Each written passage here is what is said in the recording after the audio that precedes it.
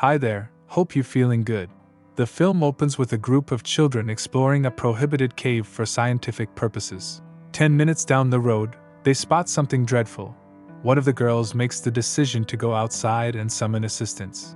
Upon reaching the peak, she discovers, to her surprise, that Earth has undergone a radical transformation. There are enormous rock formations, sandstorms are destroying everything, and a spaceship is spotted nearby. Evidently, more than 1,000 years had elapsed outside the cave during their stay inside. Next, we are transported to the very beginning of the film. Near the remote cave system, an archaeology professor named Hopper is looking with his dog, Boss. They find a van that looks to be from the 1970s. The minivan actually belonged to a band of hippie commune members who vanished decades ago, and Hopper is on the hunt for them. While out hunting ghosts and munching sandwiches, they're likely gone. Boss begins to bark impatiently as the hunt progresses, as if he has detected something and wishes he could go home right away. But Hopper disobeys his desires and enters a cave, where he meets an odd cowboy. Based on his attire and weapon, the man seems to be from a distant time, as if he has been frozen in time. As a result of his shock, Hopper returns to his car and heads home. Taylor and Jackie,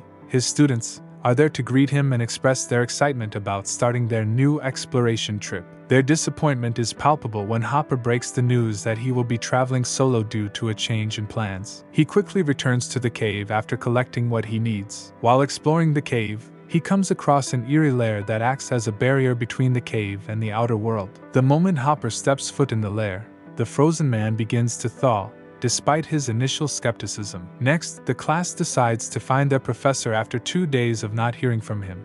However, they don't have a car, so Taylor must enlist the aid of Kara, a girl who has a huge love on him. Without hesitation, Kara offers to use her dad's jeep, but only if her younger sister Vives and she are also permitted to go. This situation is exacerbated since the archaeology students are forced to bring along another child, Furby. What about Furby? While he and Vives are ostensibly filming for an assignment at school. A little bit later, the gang gets to the location and sees the deserted minivan they saw before. They find out that the professor's parents are the hippies he was searching for when they do the necessary checks. Decades ago, they explored the cavern labyrinth in quest of the youth fountain, but they never came back. They keep exploring the tunnel until they find a worn rope that takes them to a new section. Jackie discovers that the rope has been severed when she follows it through a narrow hole. Additionally, she finds out that the cave is quite deep, which could be the location where the professor got lost. Taylor claims the rope doesn't belong to Professor Hopper because of its age, but he nonetheless descends to the cave to look around. Because Furby is afraid of the dark, the girls also opt to go with him, although he is commanded to keep watch. Furby, you need to grow some balls. As Kara descends the enormous cavern, she again encounters the peculiar barrier and reports to Taylor that the temperature is different on either side. In spite of this, they keep going down till they reach the cave's base. This is followed by a flashback to 2 days prior, when Professor Hopper had just crossed the barrier. From inside the cave, he hears a scream and then a horrible howl as he slowly makes his way out. Worried, Hopper begins to sprint back and, upon reaching the entrance, sees the sunlight flittering in an unusual way. By the time he makes it outdoors, nightfall has fallen. He rushes to his truck, only to discover that it is obscured by thick vegetation, even though he has only spent 2 minutes in the cave. Since Hopper explored the enigmatic cave decades ago, the entire area, which was formerly a desert, has been engulfed in thick forest. Not long after that, he finds Taylor's backpack and Kara's rundown jeep, so he goes back into the cave to find them. Present day, the gang continues to investigate the cave until they, too, hear the same horrible wail that Hopper did earlier. They decide to return home from their quest because they are terrified of what might be lurking in the darkness. Jackie is the first to ascend, but she takes a tumble from a respectable height when the rope is abruptly severed. This causes her to break her leg, and Taylor, in his attempt to save her, to break his arm. Then, to his surprise, the second rope is also severed when Taylor attempts to inspect it. They use this to their advantage and conclude that Furby has been playing them. The boy doesn't answer when Taylor, fuming, calls him on the radio. The group is now in a state of fear, and they are trying to come up with a way out of the cave when they hear a tremendous thump. It looks like something landed from on above. Taylor, shaken with fear, tries to establish contact once more through the radio. This time, a muted voice says, "Help me." When Taylor inquires as to the man's identity, Furby's name is revealed, much to everyone's shock. Even Furby terrified me when I was a little girl. After exhausting all other possibilities, the gang chooses to press on through the tunnel in search of an opening where they can see the sky. The sun, as Hopper had seen before, is surprisingly constantly flickering, as if day were passing into darkness in the blink of an eye. Regardless, the brilliant Taylor thinks Furby is doing another stunt with his flashlight. Sure, no problem, Taylor. But while they keep looking around, they discover Furby lifeless on the side, which horrifies them. His face bears several unsightly scars, and he has a fractured neck. The sight shocks the gang to the point where they begin to worry that their pursuers are closing in. As soon as Taylor spots Furby's severed rope, they know for sure. They are fortunate to have found the boy's GoPro, which is still functional, and have decided to investigate the reason of his death. Furby spends days throughout the video hoping that the group will come back,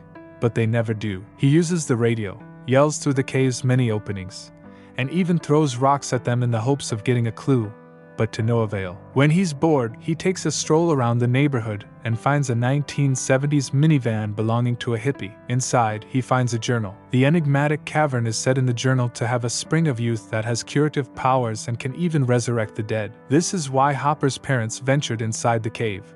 His mother was afflicted with an extremely uncommon type of cancer. After a few more days, Furby has used up all of his water and food. He plans to flee the area after assuming his pals are dead, but he needs Taylor's Jeep keys to do so. He therefore resolves to descend into the cave on his own and recover them. But as soon as he gets past the enigmatic barrier, he sees a dramatic shift in the sky. The rope snaps automatically, sending him tumbling to his death before he has a chance to comprehend the occurrence. That thud the gang heard before is this. Once within the cave, Furby attempts to call for aid on the radio, which starts operating despite his injuries. A group of man-eaters, however, take notice and brutally murder him when he does this. The group is devastated, bewildered, and shocked by the clip. They don't understand how Furby managed to spend days outdoors. Even though they've only been in the cave for half an hour, the party is ready to escape at any moment. It is up to Kara, the only one who is healthy and uninjured, to free climb her way out of the enormous cave.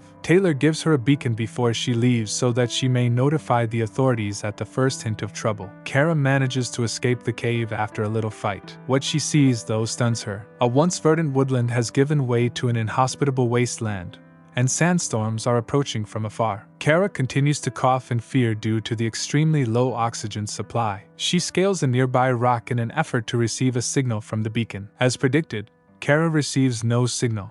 However, she does spot an unusual spacecraft-like object gliding in the distance, suggesting that a number of millennia had passed. Returning to the cave, she finds Taylor and the others disappointed because she made no effort. It turns out that the 30 minutes Kara spent outdoors were really just a fleeting memory for the gang trapped in the cave. Furious that no one seems to notice her hard work, Kara pulls out her camera, which proves she did, in fact, walk outside. The footage clearly shows the odd, desolate planet and the enormous sandstorms. After much trial and error, Taylor figures out that the passage of time inside the cave has slowed down, and that the sun's intermittent blinks indicate the passage of one day. It is high time these amateurs finally got it. Because of the wear and tear caused by friction over the years, he continues, this is why the ropes were being severed. Oh, I didn't realize that. Vives chooses to watch Furby's tape again after hearing all this, and this time she finds something shocking. A dark sky in one shot represents winter, and a light sky in another,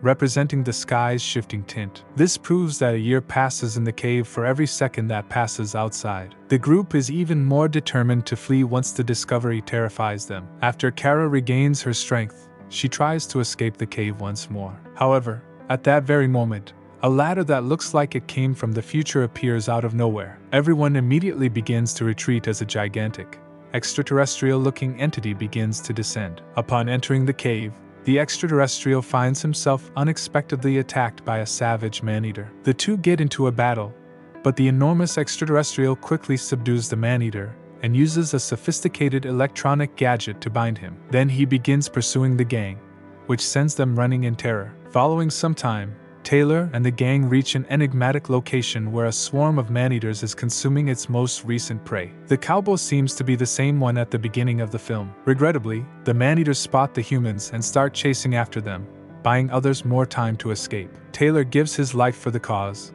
going it alone against the monsters. The man-eaters mercilessly put an end to his life, as he is clearly no match. Kara goes inside after they've left to pursue the others, and she's shocked to see Taylor dead on the floor. The enormous extraterrestrial creature approaches them as Taylor sobs in despair, and he pulls her to a tiny pool of water that looks like the fountain of youth. Surprisingly, he regains consciousness, and the urban legend that everyone had mocked for so long actually comes true. Just before everyone is about to celebrate, the man-eaters swoop in and begin attacking the gigantic. At this point, they have the numerical advantage and have even removed his helmet, leaving the behemoth panting for breath. Thankfully, Kara and Taylor come to his rescue just in time, and he manages to capture the man-eaters using his tools. In the aftermath of the fight, the pair makes an unsuccessful attempt to assist the giant in getting to his feet. It would appear that the oxygen within Earth's atmosphere is toxic to him, leading to the failure of his internal organs. Meanwhile, Vives and Jackie show up and survey the wreckage as well. The giant shows a news report from several millennia ago regarding the group's disappearance before he dies. He continues by showing them a plethora of further footage that prove Earth is no longer habitable, and that people have migrated to other worlds. Kara has already seen the Ark, a specialized spacecraft that is in charge of carrying the humans. The gigantic creature dies after divulging all this data. Next, Taylor finds Professor Hopper on the floor, injured, while searching the cave for more clues. However, what he sees next completely breaks him. Several other, much slower-moving layers of time lie before him. Layer 1 finds Hopper's parents frozen in time, while layers 2 and 3 show multiple ancient men battling for control of the Fountain of Youth. Next, Hopper elaborates on how the cavern system is structured to prevent any living thing, including humans, from accessing the Fountain of Youth. Even though Taylor offers to take him back to safety, Hopper is adamant on remaining where he is. Thereafter, Taylor swiftly returns to his companions and deposits the lifeless Furby into the Fountain of Youth. Additionally, Jackie recovers her wounded leg there. But, as they prepare to depart, the nomadic tribesmen encircle them once more. Since they are stuck, the gang decides to use the aliens' high-tech ladder. Kara is the first to ascend, but she discovers the entrance is full of water upon reaching the peak. As the rest of the party watches in fear, a monster grabs her by the neck. Here we are, in a dangerous situation, with Taylor and the others. They risk being eaten by the barbarians if they descend, but killed by the beasts if they ascend. Kara, in her altered state, returns to the cave a short while later and uses a high-tech rope to drag everyone inside. She eventually brings Furby, Professor Hopper, and his parents along as well. The beings who earlier drew Kara are essentially humans who have evolved through the ages. As it turns out, Kara may have only been gone for a few seconds in the cave, but she actually spent years outside. The last scene finds the crew being led aboard the Ark, a spaceship currently searching for a new home on another planet. Extraterrestrial beings with advanced linguistic skills are directing the Arkansas. The film concludes with the spaceship launching into orbit, erasing the blue planet from existence. Thanks for being with us this far.